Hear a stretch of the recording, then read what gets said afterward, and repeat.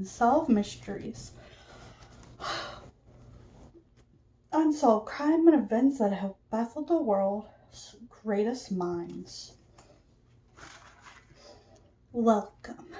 I am the Susanna May O'Hagan, and you are on my Patreon for True Crime Tuesday. You can check out my podcast for True Creepy Things Tuesday.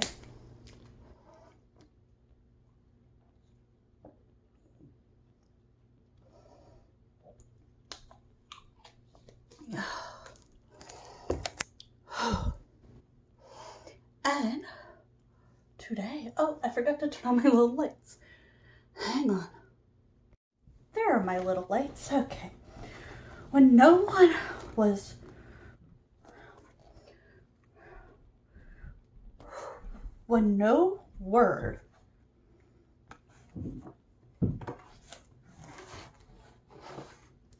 was received of 9 students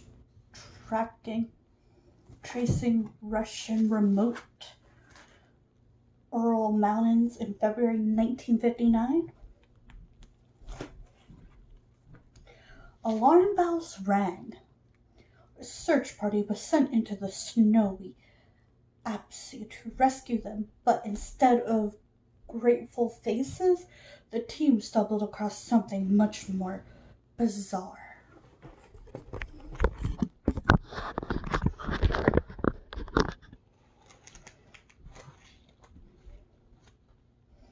And gruesome. 5 bodies were found within a kilometer of their camp, undressed, burnt, and injured. Over the next few months, the corpses of the remaining 4 were found missing.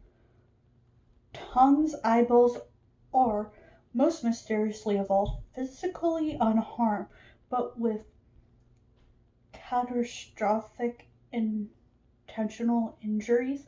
For decades, the case of the Dyatlov Pass incident becomes the fodder of conspiracy theories, and even the official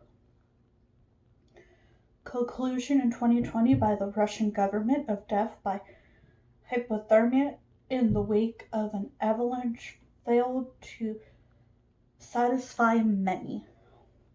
Over the decade, many events and crimes, from seemingly straightforward to the utterly bizarre, have remained unsolved. In Unsolved Mysteries explores some of the world's most striking unsolved mysteries. Can you work out the truth?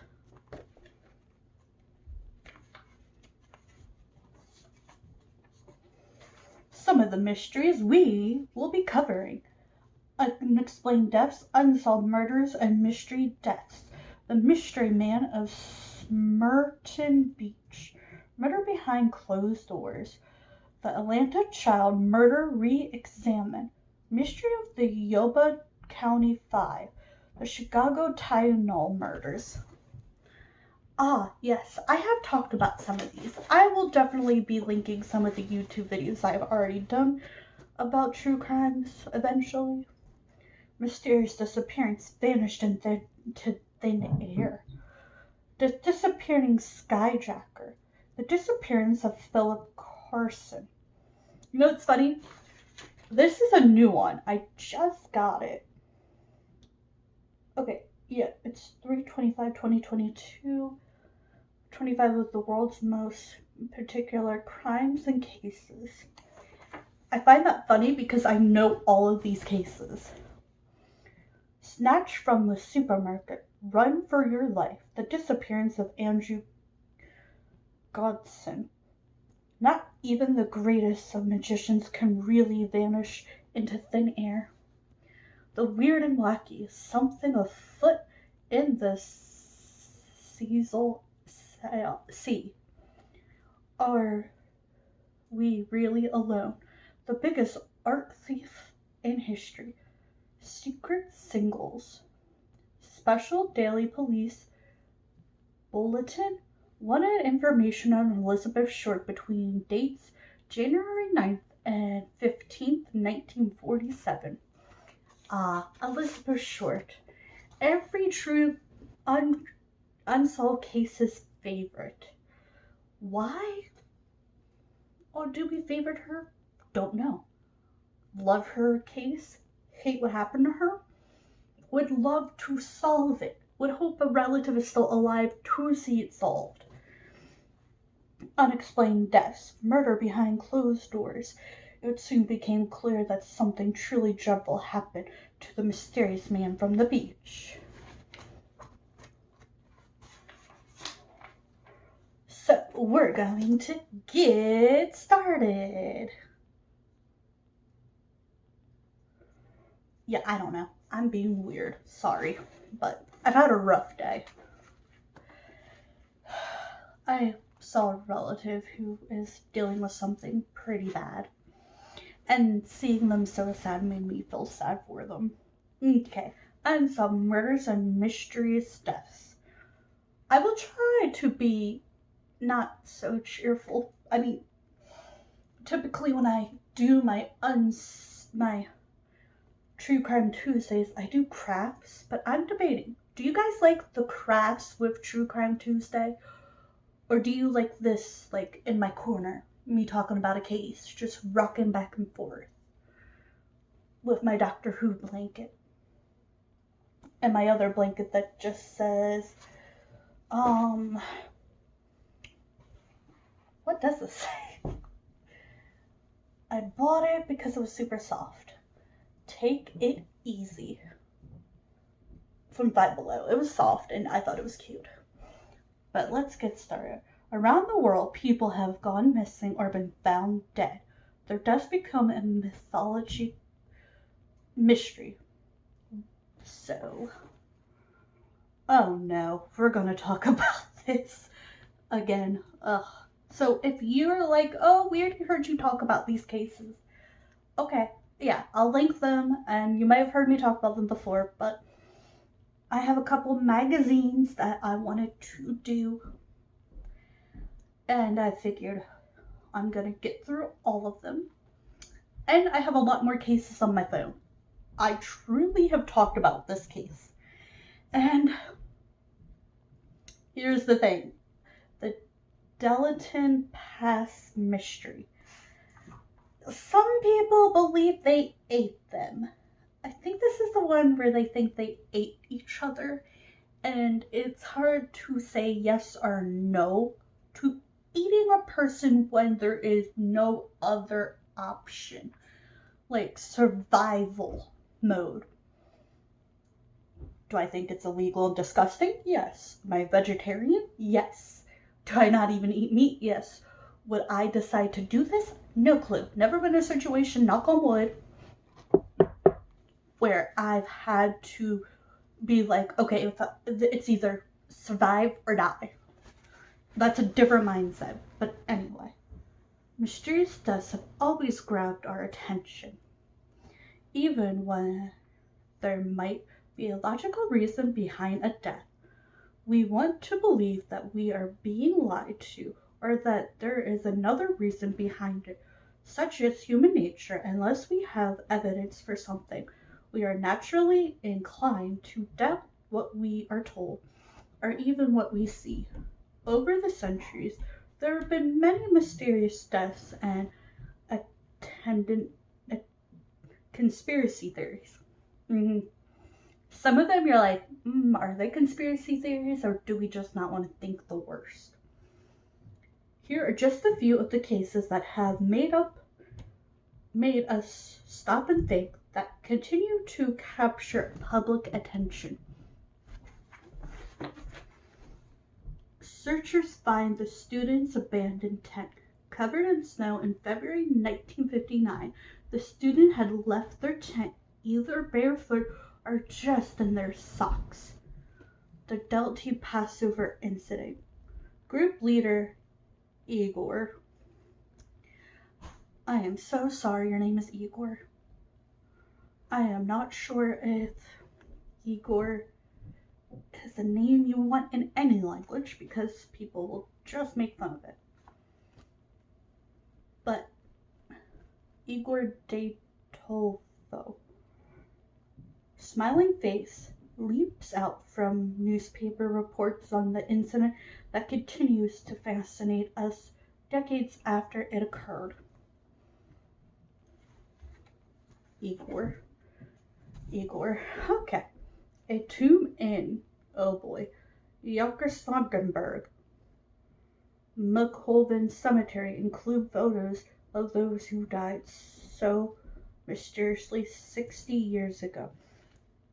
They were now exposed to the elements in the depths of winter. Yay, that's not good for anyone. They were initially hiking through the Ural Mountains, but 9 young Russians never came back. There were 9 experienced ski hikers using their ski hikers, to hike through snowy terrain, who set out winter days in 1959 to trek to the summit of a mountain in the Russian wilderness. They never came home, their disappearance becoming an enduring mystery. The individuals were students and graduates from the Ural Polytechnical Institute, now known as the Ural State Technical University.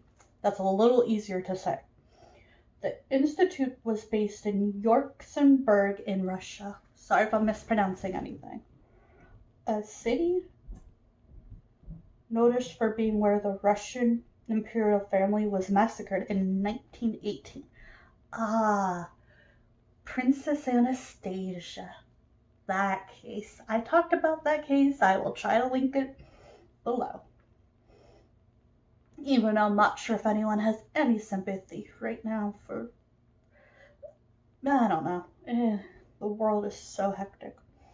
Their base, therefore, already had a rather dark history, and Russia itself was seen to Western eyes as something of a dark, mysterious land. The Cold War had arguably started at the end of World War II, and there was a mutual subscription between Russia and the United States.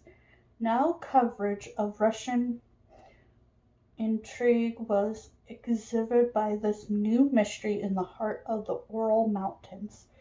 The ski hiking trip had been arranged by 23-year-old radio engineer student Igor.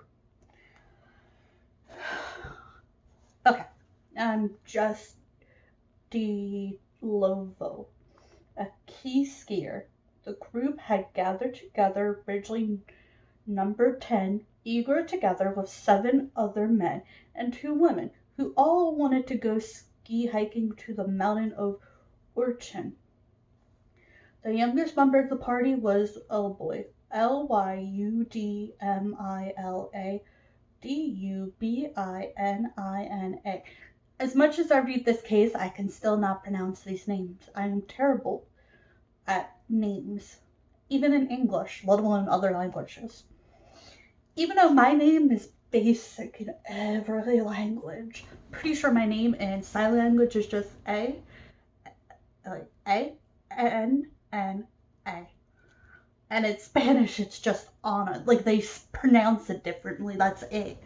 Ana, Anna, Annie. Like, okay, whatever. Who was just 20 years old. The oldest was Simon Zolotaryov, who was 38. Most of the party, though, were in their early 20s. Their plan was to travel by the train to the town of Evil, from where they would travel by truck to an isolated village, oh boy, called Viahay. They arrived in Vizhay on 26 January. That's so weird to say it like that to me. Where they bought loaves of bread to eat and stayed the night, getting their last decent sleep before starting to trek toward Oten. 2 days in, they lost one of their members, Jordan. Not to any mysterious circumstance, but from health problems. He suffered from, I think it's asthma, like a respiratory asthma. See, that's the thing. When you have people with health problems, as much as I would love to go do some of this stuff, I would probably die in less than 5 minutes or end up being like, yeah, I can't breathe, I can't walk, and we barely got up the stairs. I could not do it. Also, I wouldn't want to go to a very,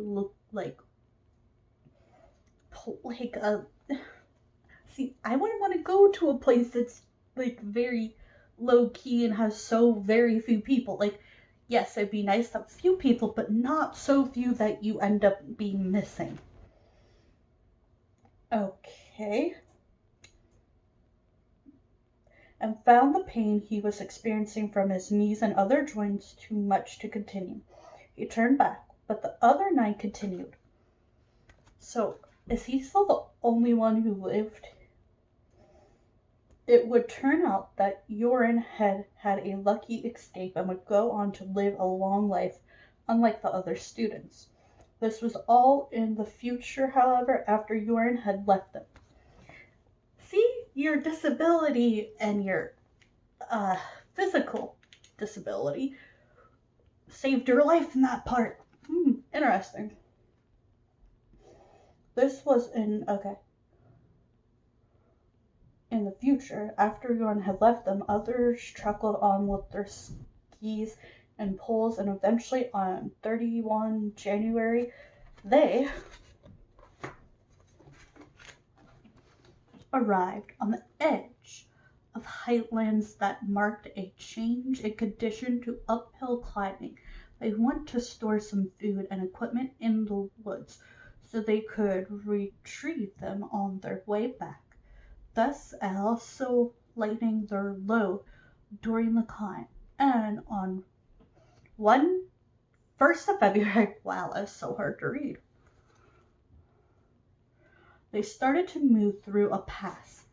They were hoping to get through the pass before setting up camp on the opposite side, but the weather put paid to their plans. Snowstorms moved in, making it virtually impossible to see. The group got confused, traveling in the wrong direction and heading too far west. They could have moved down to set up camp in a shelter area, taking some respite until the weather cleared. But Igor was reluctant to move downhill and then have to head back up later, and so the group, on realizing they had gone the wrong way, simply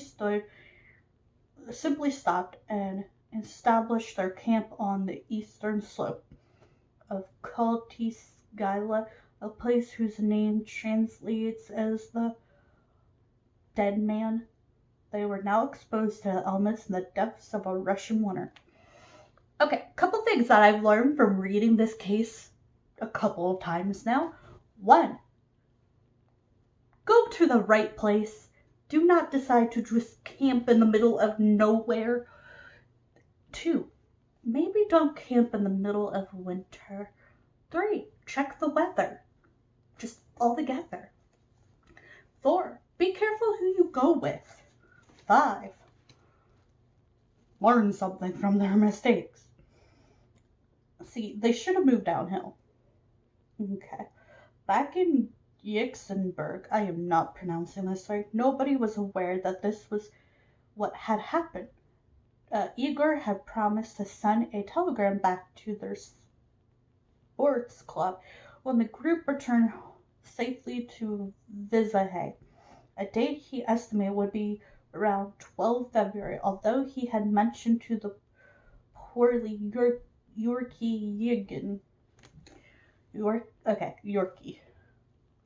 that the group might have to take longer. This was not unusual, and the group's friends and family would not have paid when no word was sent from Vizahay, as delays could occur. However, when nothing had been heard by 20 February, over a week later, relatives became concerned. A rescue group involving students and teachers from the UP Institute set off in search of the party, but found nothing. Military forces were then sent, but still it took until 26 February for there to be any news of the missing students. It was not good news. The search party had found the students' campsite, which included a damaged and abandoned tent. Covered in snow, the tent contained all the group's known possessions, including their shoes. So all of their shoes were gone. I still don't get that one. I've read this case multiple times, and doesn't mean there wasn't any shoes on their feet. I still can't remember. Okay. Leading out of the tent were 8 or 9 sets of footprints, indicating that the group, all shoeless, they're shoeless. That can't be good, because, your feet is where you trap your heat. I have a nurse for a grandma, and a nurse, she's a doctor, for an aunt. And I've seen a lot of doctors recently. Your feet trap the heat. Had made their way out, or simply in their socks, something that made no sense given the bitterly cold temperature of around minus 30 degrees Celsius or 22 degrees Fahrenheit. Damn, that's cold. The tracks led 500 meters, 1,640 feet away, at which point they became snow covered. Under a Siberian pine tree were the remains of a small fire and 2 bodies. Clad only in underwear, barefoot, the bodies were those of York Kenishi and Yorkai Doshi. Between the pines where the 2 men's bodies were found. On the abandoned camp, 3 more bodies were found, each at different distance from the tree. 2 were Zinti and Rustam. The 3rd was the group leader, Igor.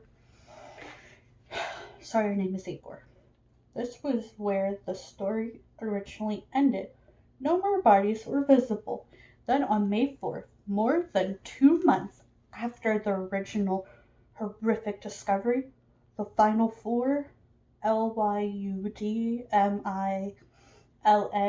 Dubina, Alexander, Nokove, and Simon, were found buried under 4 meters, 13 feet of snow in a ravine. It looked like their clothes had died at separate times as they had died. Their clothes had been taken by the survivors in an attempt to keep warm. Elle was wearing Yorkie's ripped Taurus, for example, and had wrapped her left leg in someone else's torn jacket. What had happened that could have caused the death of 9 young, fit, and well people? These were experienced ski hikers, men and women, who were used to the cold of a Russian winter. What had they gone out barefoot? And why were their bodies found in different locations? Various theories abandoned about their deaths. It was said that local indigenous people might have attacked the students for being on their territory, but there was no evidence either of other people being present at the time or of any fighting. The inquisition into their death should have settled the mystery, but instead it seemed to increase it. The 5 students have been found were deemed to have died from hypothermia, although it was revealed that Soldum also had a small skull fracture. However, the bodies found in May were different. 3 had substantial skull injury. N had died from his. Both L and Simon had severe chest fractures, yet no sign of extremely trauma or soft tissue damage. Maybe it's this one or it's another case that they eat each other. There's two cases like this where I can't remember which one they said they ate each other. Horribly, Elman's eyes and tongues were missing, as were Simon's eyes. Although they had left behind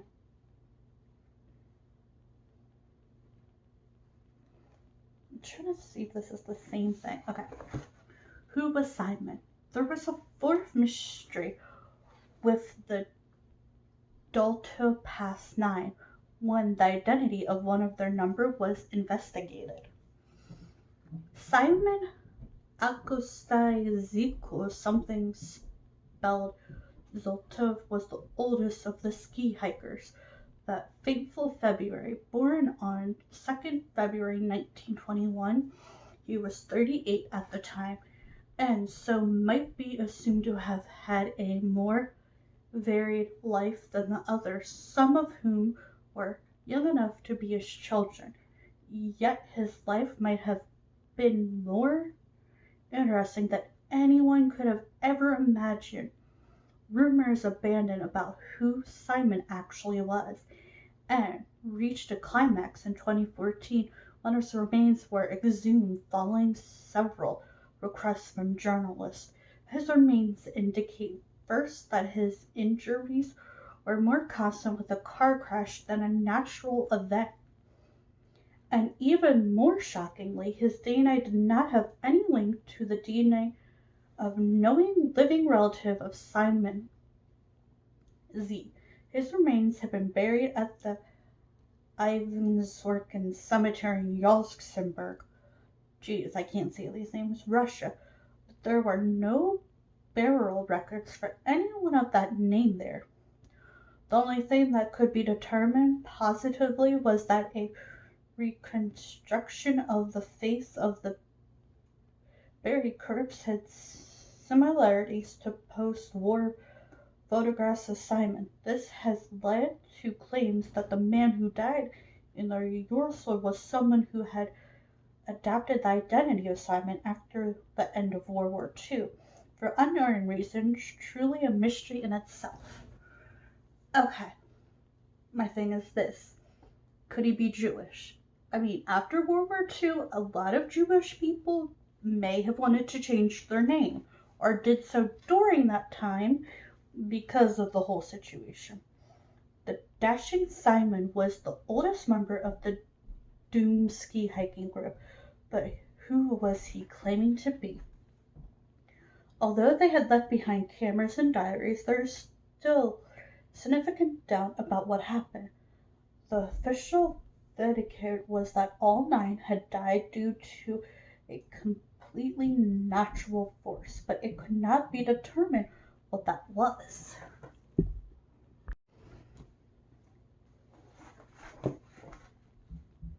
What that was. Theories include an avalanche or the effects of hypothermia, when a person believes they are actually warm and try and take off layers of clothing, thus extirpating the situation. But there were problems with determining what happened. Although some of the individuals had undoubtedly died of hypothermia and lupin D, missing eyes and tongue could possibly have been the result of pre-fiction. Her body began found face down in a stream. Others had injuries that couldn't be explained. Although they left behind cameras and diaries, there is still significant doubt about what happened. Postmaster shows that they hadn't eaten for 6 to 8 hours before they had died, but what they did in these hours is unknown. That element of the unknown has led to their deaths 60 years ago continuing to be seen as a mystery. Newspaper reports have continued to explore the case over the subsequent decades. In 2013, a film was made based loosely on the events, originally titled The Dyatlov Pass Incident. It was later renamed Dyatlov Pass. The fact that this film played rather fast and loose with the original events and unlisted previously theories involving military or even extravagant involvement added to the sense of unreality surrounding the original chain of events. Dr. Ryan Harrelson says he believes the Dyatlov Pass incident was the result of a government experiment going wrong. One of the theories that has long been posted is the possibility that the group came into contact with the government testing of a nuclear or military weapon. Other theories turn main from a Parton mine exercise to an assault by a Russian Yeti. It is not then unsurprising that on February 29, Russian Pritzker stated a new investigation in the case in an attempt to clean up the rumors and theories around the bizarre deaths. A criminal investigation had originally been opened into the case in February 1959, but when it was decided that nature was to blame, the investigation was shelved after the 3 months. This remarkable new investigation presents their findings in July 2020, revealing their conclusion that the group had perished as a result of hypothermia caused by an avalanche, which faced the unprepared group to vacate their camp in poor visibility. It was a heroic struggle. There was no panic, but they had no chance to save themselves under the circumstance, concluded the deputy head of the regional presider office, Andrew.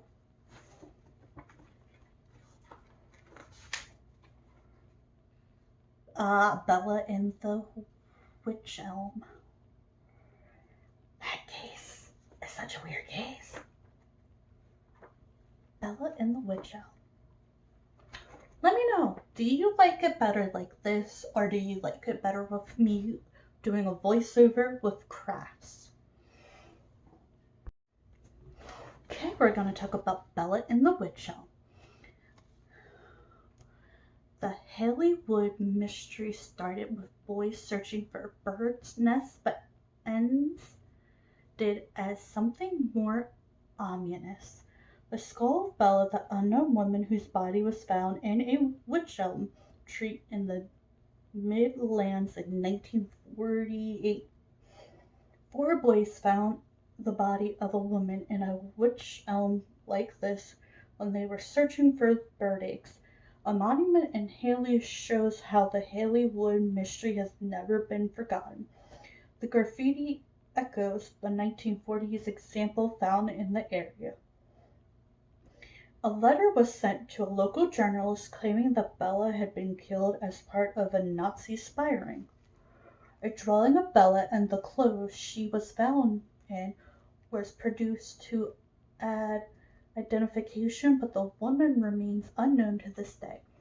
Height about 5 feet, brown hair, dark blue striped knitted wool cardigan, light blue belt, age about 35, mock wedding ring, value 2 to 6, closed skirt with zip, blue crepe soled shoes, peach colored tinted underskirt. Okay, it was April 1943 and World War II was being fought, affecting the daily lives of millions. Yet in Hollywood near Birmingham, children were continuing to play as normal. War being something of an abstract concept for the young. On one spring day that April